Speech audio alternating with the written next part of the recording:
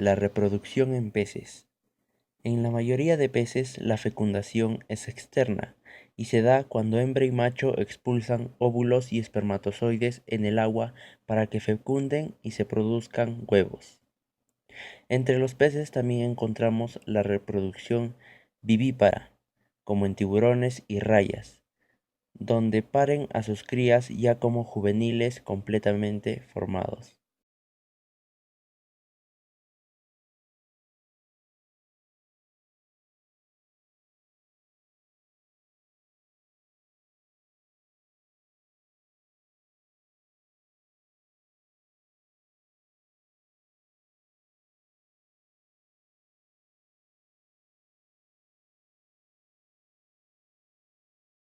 En la reproducción en anfibios encontramos la fecundación externa, que se da en anfibios anuros, como sapos y ranas, que expulsan gametos para que formen huevos.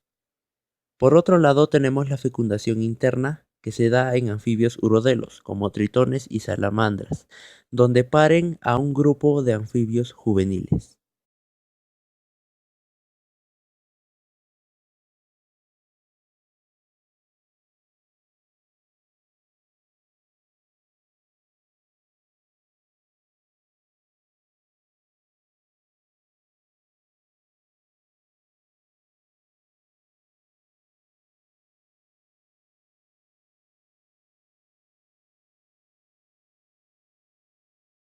La reproducción en reptiles y aves.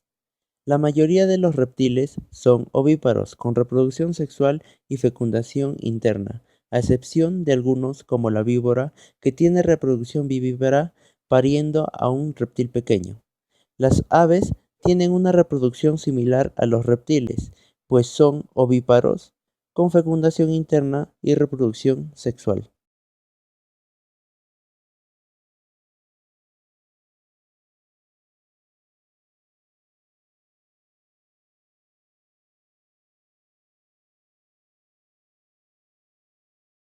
Mamíferos, como las aves y los reptiles, tienen fecundación interna.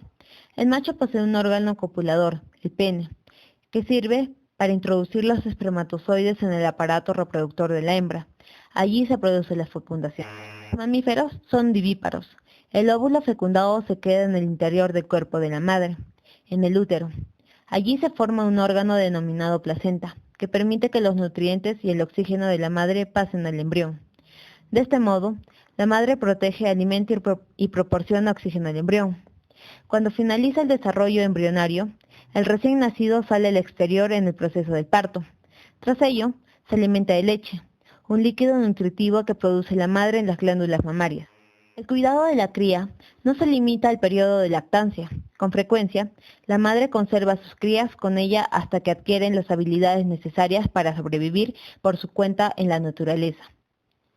Los mamíferos suelen tener mecanismos de cortejo más o menos elaborados, incluyen llamadas, exhibiciones, combates entre machos. De este modo, las hembras pueden valorar al macho con el que se van a reproducir y que transmitirá a sus hijos sus características. Además, en especies de animales agresivos como los depredadores, este ritual hace disminuir la agresividad dentro de la pareja, de modo que el macho y la hembra no se ataquen entre sí. Algunos mamíferos son solitarios y solo se reúnen con otros individuos para aparearse. Tras ello, la pareja se vuelve a separar y la hembra se hace cargo completamente del cuidado de su progenie. Existe un grupo muy primitivo de mamíferos, los monotremas, que no son vivíparos sino ovíparos. Se trata de un grupo de animales que viven en Australia, Nueva Zelanda y Nueva Guinea. Son muy primitivos, por lo que aunque tienen algunas de las características de los mamíferos, como la presencia de glándulas mamarias o la piel cubierta de pelos, carecen de otras. Estos animales poseen huevos, que incuban en una bolsa de su piel llamada marsupio. Actualmente, los únicos monotremas que existen son los ornitorrincos y los equidnas.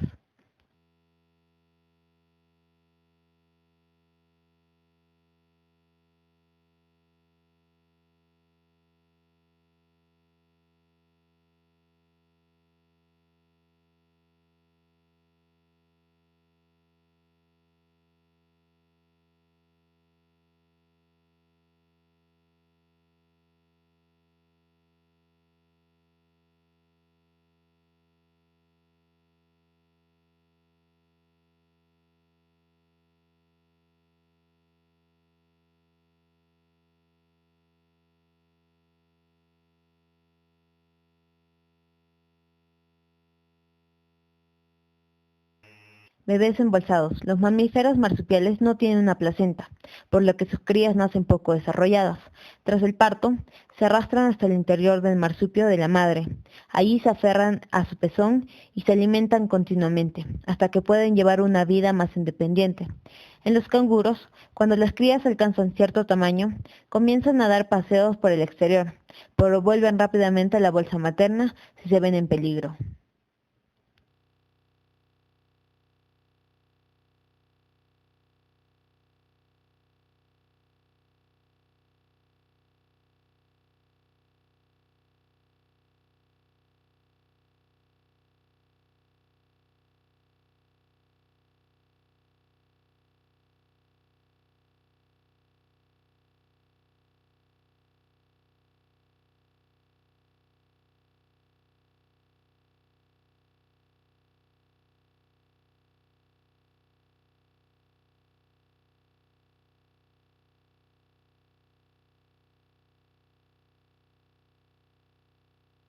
Existe una clara relación entre el tamaño de un mamífero y el tiempo que dura su gestación. En la especie de la rata, el tiempo de gestación es de 22 días. En el perro y el gato es de 2 meses. El león y el cerdo, el tiempo de gestación es de 4 meses. La cabra, a diferencia, es de 5 meses. La vaca de 9 meses. La ballena de 10 a 12 meses de gestación. El caballo 12 meses. La jirafa de 15 meses y el elefante, el mamífero terrestre más grande, es de 24 meses.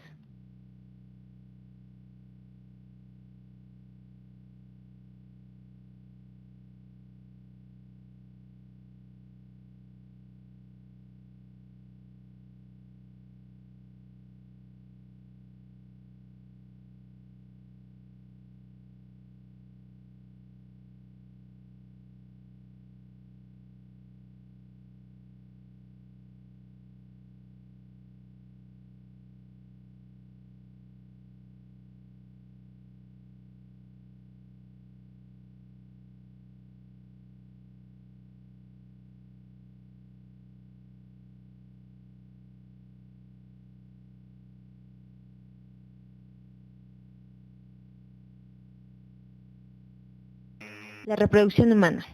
Como el resto de los mamíferos, las personas nos reproducimos sexualmente, por tanto, intervienen dos progenitores, el padre y la madre.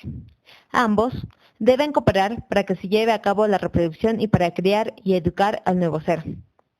Las diferencias sexuales. La reproducción humana es exclusivamente sexual. Interviene el hombre y la mujer, que presentan diferencias físicas, por tanto, podemos decir que en nuestra especie existe dimorfismo sexual. Las diferencias entre los hombres y las mujeres reciben el nombre de caracteres sexuales. Se distingue entre dos tipos de caracteres sexuales: carácter sexual primario y carácter sexual secundario. En el carácter sexual primario son aquellos con los que se nace y se limpia de los aparatos reproductores. Las mujeres y los hombres tienen su propio aparato reproductor, con el que nacen y permiten distinguir a los niños de las niñas. Las consecuencias de estos caracteres es que los hombres pueden reproducir espermatozoides y las mujeres óvulos. En los caracteres sexuales secundarios se adquiere cuando la persona crece. El momento en el que comienza a aparecer otros caracteres recibe el nombre de pubertad, que es cuando la persona comienza a adquirir la madurez sexual y es, por tanto, capaz de reproducirse. El momento más mágico en el proceso de la reproducción es el de la fecundación, cuando de la unión de un óvulo y un espermatozoide surge la primera célula de un nuevo ser. El camino de los espermatozoides. La fecundación en nuestra especie es interna. Eso quiere decir que los espermatozoides deben penetrar dentro del aparato reproductor femenino, donde se encuentra el óvulo. Esto ocurre durante el acto sexual o cópula. En la cópula, el pene del hombre se introduce en la vagina de la mujer, donde expulsa el semen. Para ello se debe producir la erección, que consiste en un aumento del tamaño y la rigidez del pene. Se produce por la entrada de la sangre en los cuerpos cavernosos del pene, unas masas de tejido esponjoso que se encuentra en su interior. La expulsión del semen o eyaculación se produce por la contracción de diversos músculos de la zona pélvica. El semen contiene unos 400 millones de espermatozoides en un medio líquido que contiene sustancias nutritivas y otras que favorecen su movimiento.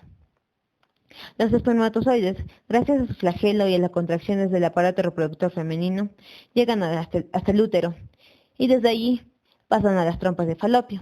Una vez en ellas pueden permanecer unos 3 o, hasta 3 días antes de morir.